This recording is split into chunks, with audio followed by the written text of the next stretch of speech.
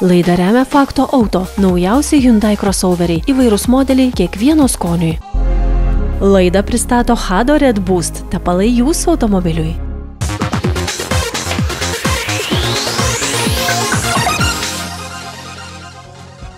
Labas rytas. Lietuviai mėgsta vokiškus automobilius. Tačiau pats automobilių pasaulis smarkiai keičiasi. Tad šiandien parodysiu vokiškos filosofijos automobilį iš Pietų Korėjos. Hyundai Tucson.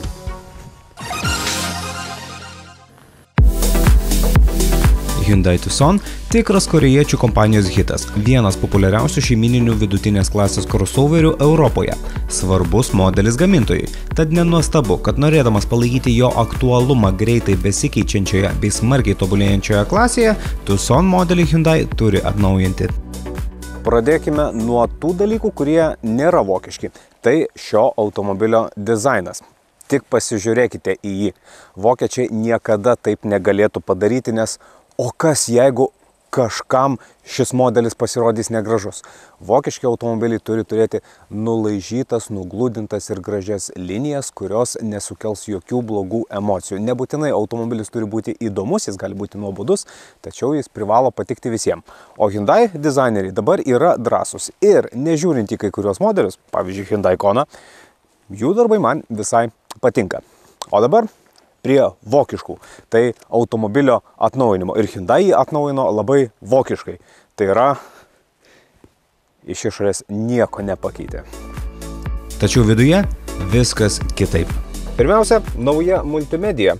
Naujos kartos multimedija, kuri pasirodė Hyundai Santa Fe modelį ir ji yra tikrai greita, gera, man čia viskas patinka, man patinka spalvinė gama, kuri yra tamsi ir nelenda į akis vairuojant.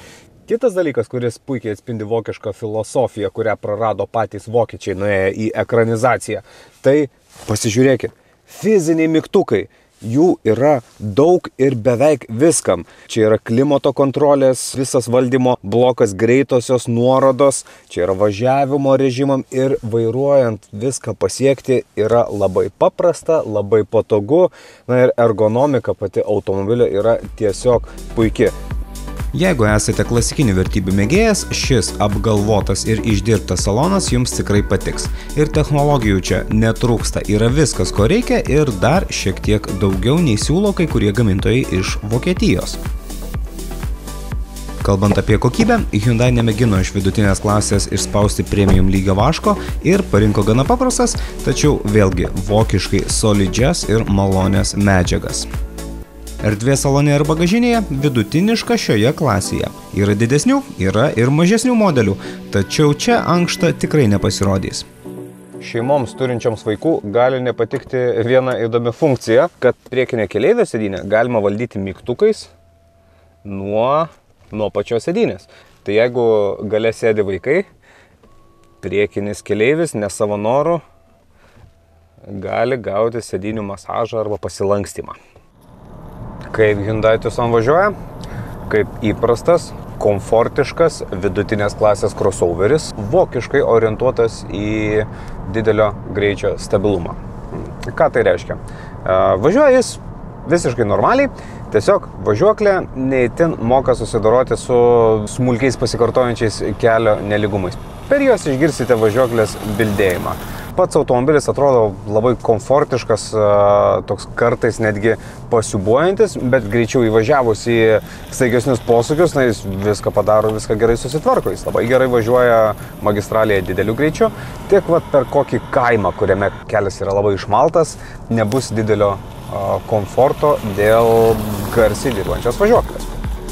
Bendrai, Tucson nestebina, bet ir nenuvilia. Važiuoja tiek pat kokybiškai ir tyliai, kiek kiti klasiokai. Automobilio amžius pradeda jaustis pažiūrėjus į pavaros sistemą. Mes bandome įkraunamo hibrido modelį, kuris turi 1,6 litro benzininį motorą suporuotą su elektros varikliu ir jį maitinančią beveik 14 kWh bateriją. Teoriškai viena įkrova Hyundai turėtų įveikti iki 66 km, realybėje skaičius kiek mažesnis nei 50. 252 sistemos sukuriamos arklio galios atrodo dinamiškos, kai baterijoje yra elektros, tačiau jai pasibaigus automobilis tampa vangesnis ir ne itin ekonomiškas. Naujos kartos 100 km realiame pasaulyje važiuojantis vokiški įkraunami hibridai atrodo šiek tiek pažangiau, dėl to rinkčiausi įprastą, o ne įkraunamą Tucson hibridą. Hyundai vokiškai nepigus, kainuoja panašiai, kiek vokiški konkurentai – nuo 28,5 tūkstančių eurų už bazinį modelį benzininiu varikliu ir mechaninę pavarų dėžę. Taip, tokių dar yra. Hibrido kaina prasideda nuo 37 tūkstančių eurų, o įkraunamas hibridas kainuoja nuo 40 tūkstančių eurų. Privalumas – korėjietiški automobiliai pasižymi gausiu komplektavimu.